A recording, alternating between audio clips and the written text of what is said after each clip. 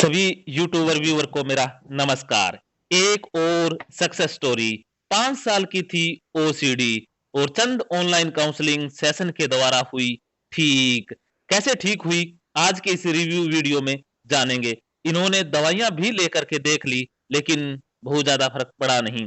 जैसे ही इन्होंने online counselling ली, तो आज ये पूरी तरह से ठीक है, महीनों से ये ठीक है।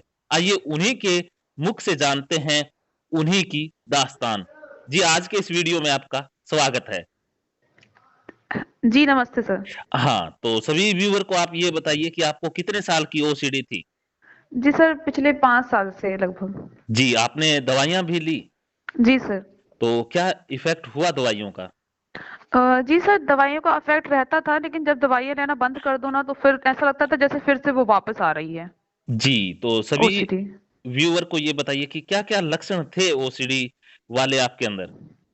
सर जैसे कि वो काफ़ी थे, जैसे रिलीजियस ओसिडी वाले थे और जो बार-बार हाथ धोने वाले, वो सब लक्षण भी थे। और तो ये सब जो हाथ धोने वाली जो दिक्कत थी, वो तो मैंने आपके वीडियोज़ देख-देख के पहले ठीक कर ली थी। जी, लेकिन जो रिलीजियस ओसिडी हो गई और ये मतलब जो मैं अपने डिसीज़न इस पे स्टिक नहीं रह पाती थी। मुझे अपने डिसीज़न के लिए दूसरों से पूछना पड़ता था कि क्या मैं सही ले रही हूँ? और वो हमेशा मेरे निर्णय जो होते थे, सही होते थे, लेकिन मुझे अपने ऊपर कॉन्फिडेंस नहीं था। तो मेन ये दिक्कत थी। तो ये जो प्रॉब्लम थी कि मतलब कॉन्फिडेंस ना होने की और ये कि रिलीजियस ओसिटी वाली, तो वो मेरी आप लोग के काउंसलिंग के द्वारा ठीक ठीक हुई है। जी, तो आप सभी व्यूअर को बताइए कि रिलीजियस ओसीडी वाले क्या-क्या सिम्पटम थे आप में? रिलीजियस ओसिटी वाले यही सर कि जैसे किसी मतलब कुछ भी सेक्सुअल विचार आने या फिर वो मतलब कुछ भगवान के साथ कुछ बुरा ना कर दूं, कुछ गलत ना कर दूं, डर लगना, मन्नत वाले विचार, यही सब चीजें थी सर।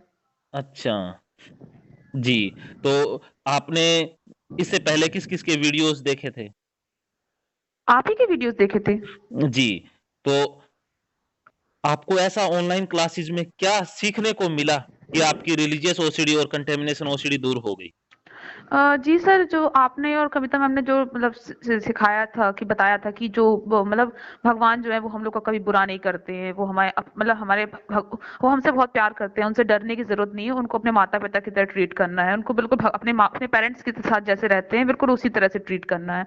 और यही सब चीजें कि मतलब वो ये इन सब इन मन्नत मन्नत वगैरह मतलब कि कुछ भी कर लो, इंसान के कर्म से बढ़ के कुछ नहीं होता है। इंसान चाहे कुछ भी कर ले, इंसान के कर्म ही सबसे इम्पोर्टेंट होते हैं। ये सब चीजें भी आपने सिखाई। और रिलीजियस सोसाइटी के लिए जो डर वगैरह था वो भी काफी हद तक खत्म हो गया था मैडम की बातें सुन के और आपकी वीडियोस आपकी थेरेपी के द्वारा।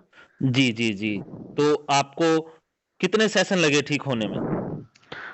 जी सर, लगभग 6.5 7 लगभग अप्रोक्सीमेट। जी, तो बहुत सारे व्यूअर ऐसे भी हैं जिनको लगता है कि ऑनलाइन क्लास से फ़ायदा नहीं होता या उन्होंने कहीं और से लेकर के पहले देखी होती है क्लासेस। तो आपको जोधपुरिया सर की क्लास और कविता मैडम की क्लास में क्या अंतर लगा? और क्या आप कहेंगे कि ऑनलाइन क्लास फ़ायदेमंद है? जी सर, ऑनलाइन क्लासेस फ़ायदेमंद हैं।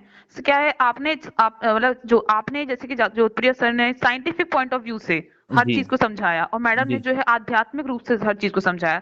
तो दोनों चीज़ों से एक चीज़ मतलब हर चीज़ क्लियर हो गई। दोनों चीज़ें एक ना एक रूप से एक-दूसरे से जुड़ी भी हुई भी हैं और दोनों को अलग-अलग पॉइंट ऑफ व्यू से भी आप दोनों ने समझा दिया था।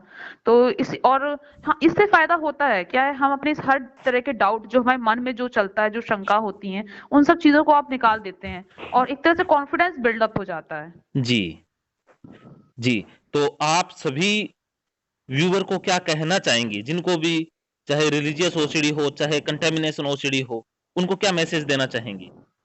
बस यही मैसेज देना देना चाहूँगी कि ऑनलाइन थेरेपी से इसका इलाज हो सकता है।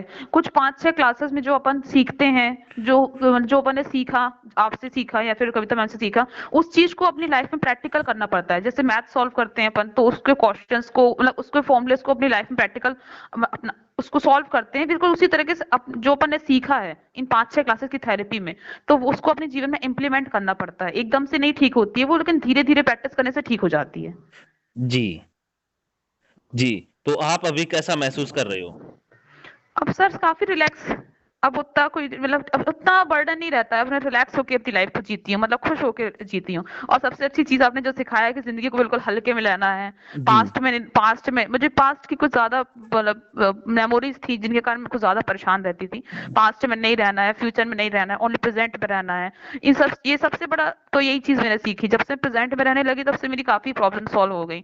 और यही कि जिंदगी में हमेशा हंसते मुस्कुराते रहना है। ओसीडी का सबसे अच्छा तरीका तो यही है कि हंसते मुस्कुराते रहो, तो सब सेरोटोनिन लेवल बढ़ जाता है, तो उससे ओसीडी अपने आप कम हो जाती है। ये भी चीज आप लोग के द्वारा सीखी, मैंने आपके वीडियो से सीखी।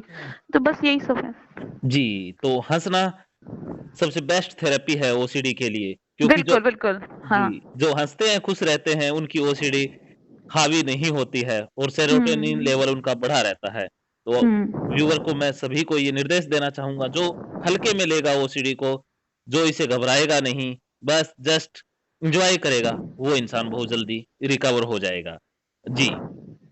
जी सर। जी, आपने अपने बहुमूल्य विचार सभी व्यूअर के साथ साझे किए, इसके लिए आपका तहे दिल से धन्यवाद। और साइको गुरु थैंक टीम आपसे हमेशा संपर्क बनाए रखेगी, और जब भी लाइफ में आप कभी भी खुद को अकेला पाएँ, तो साइको गुरु टीम हमेशा आपका साथ देगी। आप ज़िंदगी में यूँ ही हँसते-मुस्कुराते और खुश रहें, यही दुआ है हमारी। Thank you sir.